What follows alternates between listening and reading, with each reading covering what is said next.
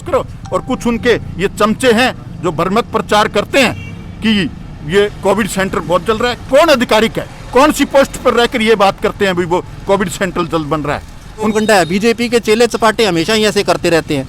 मृत्यु चलो निश्चित है, एक दिन आनी है, लेकिन इलाज तो बिना सुविधा ना होने करके जो कोई मर जाता है तो बहुत वड्डी गल है।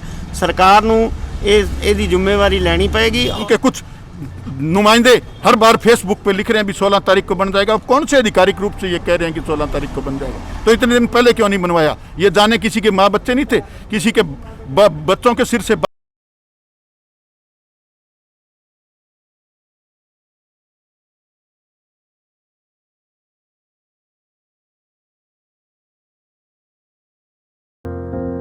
आज के धरना प्रदर्शन के बारे में बताएं, आपकी क्या मांग है, क्यों करें? देखिए, हम पिछले 15 दिनों से एलनाबाद के वासियों के साथ मिलके और शहर के अंदर कोविड अस्पताल बनाने की मांग कर रहे हैं, क्योंकि यहाँ ना तो सरकारी हॉस्पिटल में सुविधा है और ना ही कोई निजी अस्पताल के अंदर कोविड का इलाज हो रहा है।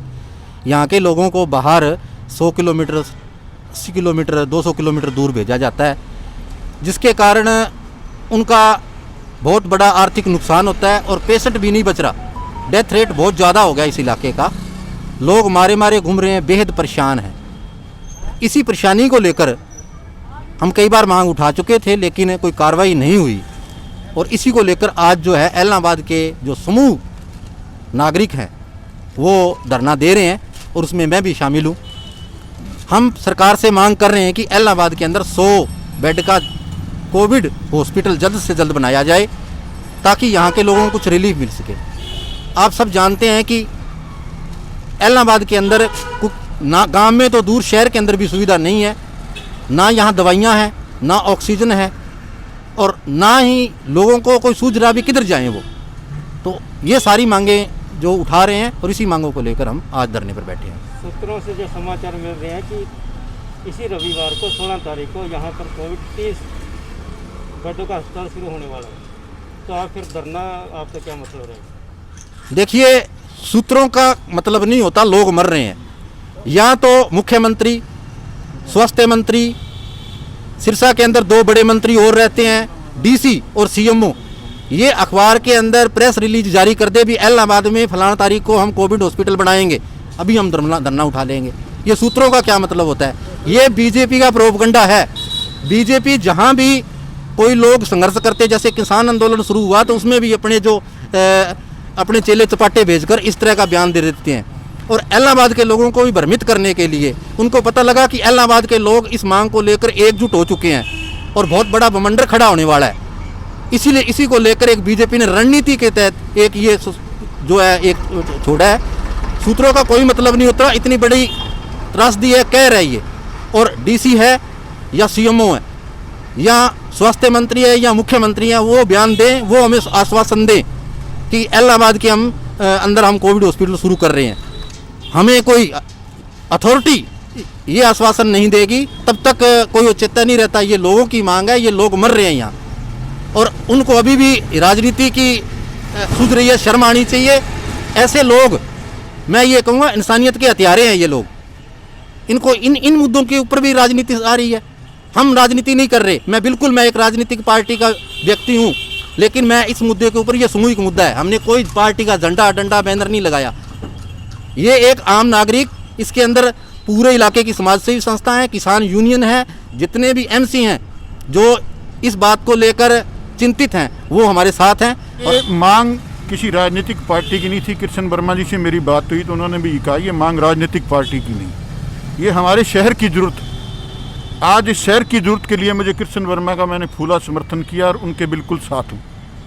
और आपको इस बात के लिए वाकिफ करवाना चाहता हूँ कि सरकारी आंकड़ों के चक्कर में ना रहिए। एलनाबाद में कितनी मौतें हो रही हैं, पूरे मेरे को 10 साल हो गए शमशान भूमि में नियमित जाते हुए। ऐसा वर्ष मैंने कभी नहीं देखा जो इस वर्ष चल रहा है। सरकार के आंकड़े झूठे हैं। एलनाबाद में एक दिन ऐसा भी आया था कि दाह संस्कार करने के लिए जगह नहीं थी। आज भी सुबह 2 मौतें कोरोना से हुई।